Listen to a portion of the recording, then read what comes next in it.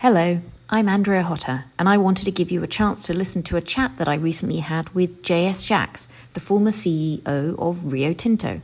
We took a quick look back on the story of China's growth, whether its current slowdown is the new norm, and what it might mean for commodities markets and growth in the rest of the world. So keep listening for the conversation. JS, greetings from the United States. Where are you today? Good morning from Singapore, Andrea. Very happy to join you today. Well, it's great to be here with you. Okay, JS, let's start by looking at what happened when Chinese growth started to slow. To answer your question, in 2007, the growth was impressive and could be seen with your own eyes everywhere. For example, each time you went to Beijing, there was another ring road being built. More cranes, more high-rise building, definitely more traffic jams. There was no need for any economic analysis. Growth could have been in the 15 to 20% range. To be fair, nobody knew or really cared. And then what happened? By 2019, the growth dropped to around 6% and was on a clear pathway to below 5%. By now, there were a lot of concerns, a lot of discussions about potential stimulus package and so on and so forth. Then, as we all know, the COVID pandemic did strike us, and the world did hit the pause button in 2020. My fellow Americans, tonight I want to speak with you about our nation's unprecedented response to the coronavirus outbreak. Vincolo di evitare ogni spostamento. The coronavirus is the biggest threat this country has faced for decades, and this country is not alone. Yes, China took a zero-tolerance approach to COVID-19 right from the start. But that hasn't turned out quite as expected, has it? To be fair, I'm not 100% sure what was expected in China and outside China. It felt like everyone was driving in the dark, in the middle of a storm with no lights, to be honest. 2 or 3 years of restriction dramatically slowed the economy globally, sparked public anger, and placed massive pressure on local government finances. It was true everywhere, including in China. By 2022, the Chinese GDP growth had slowed to around 3%, definitely missing its 5.5% target, and marking one of the slowest growth rates in nearly half a century. Which brings us to 2023, with party officials at China's National People's Congress setting their target for this year's GDP growth at around 5%, and failing to introduce the large stimulus plans that some had expected. JS, is this the doomsday scenario that some say it is? I would state up front, I remain the optimist in the room. The day when China grows at below 5% per year is seen as a doomsday scenario by many outside China, I have to say. It will happen. It's not a question of if, it's a question of when. And it will be okay if you are ready for it. One day soon, the growth will be, as the Chinese economy matures, at around 2% or 3% per year, right, close to the rate in the US and Europe. More importantly, the structural change of the Chinese economy will accelerate. What I mean there is moving from an investment, infrastructure-driven economy to a more service-driven one. So as I said, it will be okay if you are ready for it. I do not believe in a doomsday scenario based on the GDP growth question. However, if we were to incorporate some issues around geopolitical tensions, then it could be a different story. Let's apply that to commodities, an area that you're very familiar with. So JS, if the Chinese government has to embrace a new growth model that relies less on fixed investment and more on private consumption, services and innovation to drive economic growth, what does it mean for raw materials? Today, China is the largest market in terms of commodities, and by a long way. It must be accounting for 50% or more of the demand for most of the commodities you can think of. As we just mentioned, it is clear China will continue to migrate towards a more consumer-driven economy. It is a natural process as the economy matures, and the demand for commodities will evolve as a result. We have seen it before in many countries, like in the US, in USA, Japan, Korea. Now, the acid test question that we should always ask ourselves is the following. So let's assume that the China economy gets closer to the size of the USA and changes more towards a consumer-driven one. Why would China continue to consume 5 times, 10 times more commodity than in the US? The answer could be yes for some commodities, but not for all. And more likely, the answer is going to be no for most commodities. Right.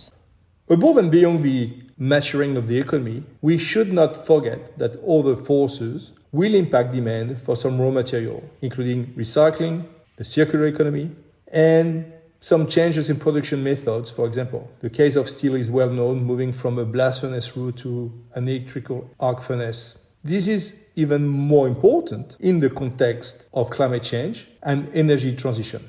What happened historically in the US or in Europe needs to be adjusted for a 21st century context. And last but not least, in the context of China, the question of self-sufficiency, which is, by the way, very important from a supplier standpoint, is absolutely central to the discussion. China has been and is very keen to become broadly self-sufficient, either directly or through its extended global ecosystem.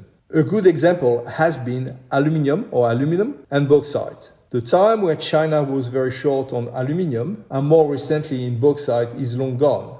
Although it took a long time on aluminum, you could argue a few decades, but only a few years on bauxite, primarily on the back of investment in West Africa. Right. And look what China did in alumina in just 6 months. I'm talking here about when China decided to build refineries instead of importing the key ingredient for its aluminium smelters, and went from being a large importer of alumina to now being self-sufficient, in fact in surplus. That change happened in just about 6 months or so. As we have already said earlier today, China is the largest market in terms of commodities today, and by a long way. Against this backdrop, overall demand for raw materials in China will remain strong, stronger than in North America or in Europe for many years to come. China will remain the largest, the dominant market for most commodities. Okay, so within all of this, who are the winners? Who are the winners? My sense is non-ferrous markets overall are likely to be the winners here in terms of demand. That's because they are required for both the so-called old and the new economy. We're talking here about copper as an example, nickel, aluminum, to enable the energy transition, to underpin the development of EVs, etc. But that's from a demand volume perspective. We should not forget the bottom line question, which is around profit pool or value creation. And as we know, volume and value are not necessarily the same. Right. This is a more complicated question to answer, especially in the current context of cost increases that are happening across the industry. At the end of the day, it will be a combination of supply-demand dynamics, cost and productivity, market access, for example. But clearly, that is a discussion for another day. One that I hope we can have soon, JS. Okay. Now, the concept of self-reliance on domestic sources is obviously a big step change for the metals and mining community, whose world has revolved around China in recent years. If they can't rely on China, directly or indirectly, for a large portion of their profits, then where do they look next? It's fair to say that hope was clearly or is clearly the strategy for many, as the Chinese market today accounts directly or indirectly for most of the profit. And the metals and mining industry was the perfect case in point. So back to your question about if you can't rely on China and or if you need to diversify, what you should be looking at. Often people talk about India and Africa as the next bucket of growth. So let me make a few comments here. Let me start with Africa. The African growth is patchy on the back of many countries with different political systems, resources and capabilities. And pretty often, there is a misalignment between resources and markets. Growth in Africa that is already happening will not be as, organized, structured as it was in China, and may not follow the same development pathway for sure. And then we've got India. Some would argue that India has been a disappointment for decades and decades, and always falls behind forecast. As one of my best friends in Bombay used to say when I was working for the Tatas, never forget, India is the largest democracy on earth, and it is complicated. Many states, complicated politics, this is India. So, JS, this will surely mean a huge shift in supply chains, something that was highlighted by the pandemic and is being accelerated by attempts to source closer to home as part of the energy transition. How do you anticipate the sector is going to navigate that? Good question. I would say yes, but no. What I mean there is I fully understand, acknowledge that people in the West are talking about decoupling. It could be true for some industries, but I'm not convinced that it will happen in a big way in the commodity space. People often talk about critical minerals as a candidate for decoupling. I think here it's important to go back in time. If you go back to the 90s, the USA and Europe used to produce significant volumes of minerals, but most of those assets were closed on the back of environmental concerns, high energy costs, and so on and so forth. So the question becomes, at least for the West, are you ready to reopen mines in your backyard and pay potentially a green premium to deal with the environmental issues that were there before? Or invest in some challenging countries where there are such minerals, but where you are facing high sovereign risk and some ESG concern, for example. So let's see. It's early days, but today, if you were to answer the question, the answer is no. Obviously, at the heart of all of this is geopolitics. On the one hand, you've got tensions with the West. On the other, you've got Xi Jinping at the heart of a pivot by Asia to the Middle East, brokering diplomatic ties between Iraq and Saudi Arabia, negotiating an IMF bailout for Sri Lanka, and multiple other things. And then in the middle, you seem to have Russia. JS, you and I have talked about the shift to growth in India and Africa, but how is all of this going to affect China? Maybe a comment on China and growth. China will continue to remain highly relevant for two main reasons. The first one is, although at a slower rate, China will continue to see GDP growth and will continue to be one of the largest markets. And then the second point is combination of the Chinese diplomatic push and its One Belt, One Road initiative, or BRI, moving more toward Central Asia, Africa, has the potential to give access to additional pockets of growth and access to the new sources of raw materials, of commodities that China requires. So if you look at this overall picture, if you look at China, not only China as a domestic market, but as a global ecosystem, there could be a boost there as well. Right, which all helps its goal of creating an ecosystem to allow self-sufficiency. So what then for the commodity markets going forward? It will depend on what type of player you are and what flag you are wearing. But in any case, maybe three comments on my side. The first one is understanding of the market will become more complicated. Headline figures will become more and more irrelevant. For each market, the understanding of what is open to international competition and what is closed, because the country has created its own ecosystem to become self-sufficient, will be essential. Number two is around geography.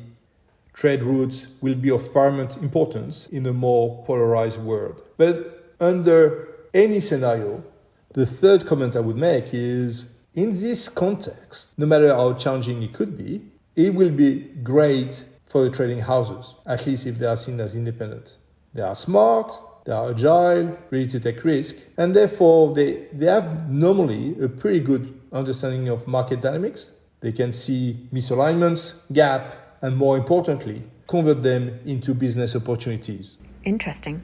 Okay, JS, I don't want to take too much more of your time, but just as we come to a close, I wondered if you could recap where you see China and its commodity markets going forward. So, China will remain a key force, and maybe the key force in the commodity space for many years, even decades, through its large home market and through its growing global ecosystem. However, the Chinese demand and supply will evolve. Players in the commodity space will have to adapt as well. Now, there are three key drivers that come to mind with some overlaps. The first one is China's GDP growth rate and its conversion toward a more consumer-driven economy, likely to land close to the GDP growth enjoyed by the US or Europe. The second one is the pace of restructuring of the industrial system that could lead for China to become an even stronger export platform for finished and semi-finished products. And last but not least, but I would argue more importantly, the self-sufficiency question. What I mean there is Chinese ecosystem in China and outside China to supply the commodities that China needs. Now, as we have mentioned a few times today, is we should not forget the bottom line question. There will be demand for commodity, but who's going to make the money? it is a long and complicated question, and clearly a discussion for another day.